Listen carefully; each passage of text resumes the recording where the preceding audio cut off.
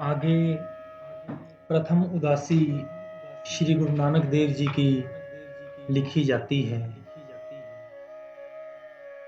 तलवंडी से गुरु नानक जी और मर्दाना भाई बाला फिर लालो के घर में आ गए। लालो को बहुत खुशी हुई। पश्चात 5 दिन निवास करके फिर चल दिए और बंगला और ढाके में जा पधारे। वहाँ कुछ भी खान पान को नहीं मिला। गुरुजी ने कुछ दिन पवन खाकर ही व्यतीत किए। भूख प्यास पर गुरुजी का तो पूर्ण अधिकार था, परंतु मर्दाना भूख से व्याकुल होकर कहने लगा, हे गुरुदेव, मैं भूखा मरने लगा हूँ, कृपया मेरा इंतजाम कर दो। गुरुजी ने कहा, इस बूटे को खखड़िए लग रही हैं, जाओ पेट भर लो। मर्दाना खखड़िए खाने लगा। गुरुजी ने कहा, भाई मर्दाना, पेट भर कर खाओ, परंतु फिर के लिए जमा नहीं करना। खकड़ियों का स्वाद अमृत जैसा था, परंतु मर्दाना भूखा था। खूब खाने लगा, फिर कुछ तोड़कर कपड़े में बांध ली। मर्दाने ने सोचा, यह कल को काम आएंगी। दूसरे दिन भूख लगी तो निकाल कर खाने लगा। खाने के पश्चात हाथ पांव मारने लगा। देखकर गुरुजी हंसने लगे। मर्दाना बोला, मैं मरने लगा हूँ और आप हंस रहे हो। गुरुजी ने कहा, मैंने तुम्हें बंद किया था, परंतु तुमने मेरी आज्ञा नहीं मानी। यदि आज्ञा में रहते तो यह अवस्था न आती। अरे पागल, यह बूटे तो आक के थे। फिर गुरुजी ने स्वयं तोड़कर दी, जिसके खाने से मर्दाना ठीक हो गया। फिर गुरुजी वहां से आगे रवाना हो गए। फिर एक राजा के राज्य में पहुंचे, जिस जगह झंडे बाड़ी की चारपाई है, वहां समुद्र के टापू में है। उस जगह मर्दाना अवज्ञा करने को तैयार हो गया। कहने लगा, हे गुरुजी, मैं आगे जाने को तैयार नहीं, मुझे आप अब आज्ञा ही दे दो। गुरुजी कहने लगे, मर्दाना, हमारा कथन मान। उस देश में बहुत सी मुसीबतें आने का भय है, इसलिए हमारे साथ ही रहना उचित है। परंतु मर्दाने ने अस्वीकार किया। तब गुरुजी ने बाले से कहा, हे बाला, यह मर्दाना हमारी बात नहीं मानता। मर्दाना गुरुजी की आज्ञा ना मान पीछे को लौट चला। यह कथा भाई बालाजी सुना रहे थे। फिर गुरुजी ने मुझे पूछा कि हे बाला, अब क्या किया जाए। बाले ने कहा, जो कुछ आपकी इच्छा हो वही करो। अब गुरुजी वहीं वन में बैठ गए। जब दोपहर बीत गई तब गुरुजी ने कहा, हे बाला, मर्दाना एक राक्षस के पंजे में फंस गया है। अब उसे तेल के कड़ाहे में तलना चाहता है। तब बाले ने मर्दाने को बचाने का आग्रह किया। तब गुरुजी भी उस पर कृपा करने के लिए उठे और उसी की ओर चल दिए जिस तरफ मर्दाना गया था।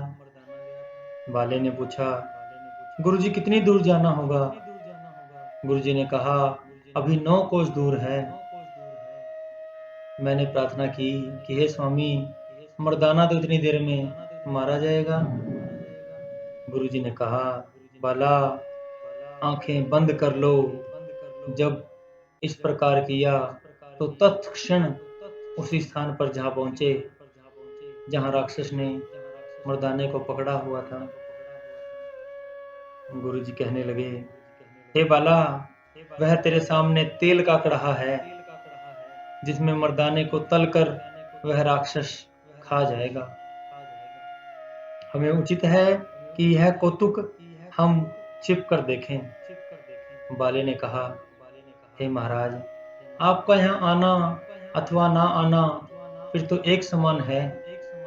गुरुजी ने कहा, हे बाला, जो कुछ करतार की इच्छा होगी वही होगा, उसकी लीला चुपचाप देखते रहो। अब उस राक्षस ने मर्दाने को उठाकर तेल के कड़ाही में जो आग की भांति तप रहा था उसमें फेंक दिया।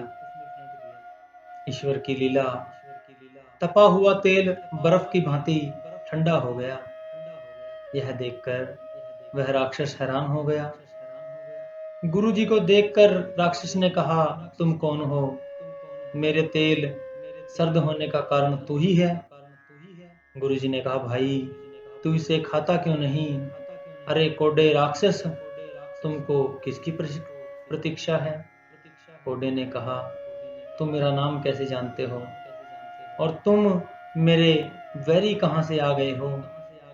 तब गुरुजी ने नीचे लिखे शब्द उच्चारण किए, फूटो वांडा परम का मन ही पयो प्रगास, काटी बेड़ी पगते बुरकीनी बंद खलास, आवन जान रहो तपत कड़ाहा बुझ गयो, गुरु शीतल नाम दियो, जब ते साधु संग पया तो छोड़े गए निगहार, जिसकी अटक तिसके छुटतों कहाँ करे कोटवार, चूका पारा परम का होया निरकर्मा, सागर ते कड़े चढ़े गुर कीने धर्मा, सच थान सच बैठया सच सुआ बने आइया, सच पूंजी सच वखरो नानक कर पाइया।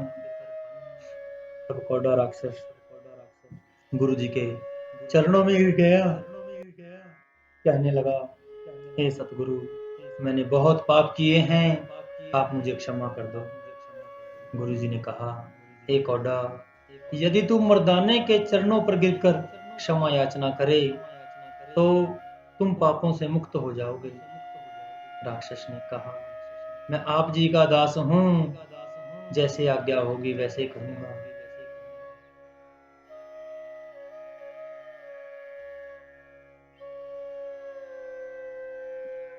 राक्षस ने गुरुजी से भोजन के लिए आग्रह किया। गुरुजी कहने लगे, हे कोडा, हमें तो आपकी श्रद्धा का भोजन चाहिए। तब कोडा बन के बहुत से मेवे ले आया और गुरुजी को अर्पण किए। मर्दाने को गुरुजी ने कहा, हे मर्दाना, यह मेवे खाओ। मर्दाने ने कहा, हे महाराज, मैंने आपकी आज्ञा नहीं मानी, आप मुझ पर बहुत अप्रसन्न हैं, इसलिए आप मुझे पहले क्षमा कर दो। गुरुजी ने कहा, तुम पर प्रसन्न हैं? उसने कहा, हे कृपालु, यह मेवा बांट दो, जितना मेरे हिस्से आएगा उतना लेना उत्तम है। बाले ने गुरुजी की आज्ञा से 3 स्थान पर बांट दिया और एक स्वयं ले लिया। गुरुजी ने अपना भाग कोडे को दे दिया। कोडे ने हर्ष स्वीकार करके तत्क्षण अपने मुख में रख लिया। जब गुरुजी का दिया हुआ प्रसाद कोडे ने खाया तब उसके हृदय के पलट खुल गए, उसका शरीर परम सुंदर हो गया। बाला और मर्दाना देखकर हैरान हो गए। गुरुजी ने कहा, भाई, हैरान होने की जरूरत नहीं, परमात्मा ने मुझे इन लोगों का उद्धार करने के लिए भेजा है। गुरुजी 7 दिन तक कोडे के यहाँ रहे। फिर 4 पाई कोडे को देकर गुरुजी ने आगे का सफर शुरू कर दिया जी।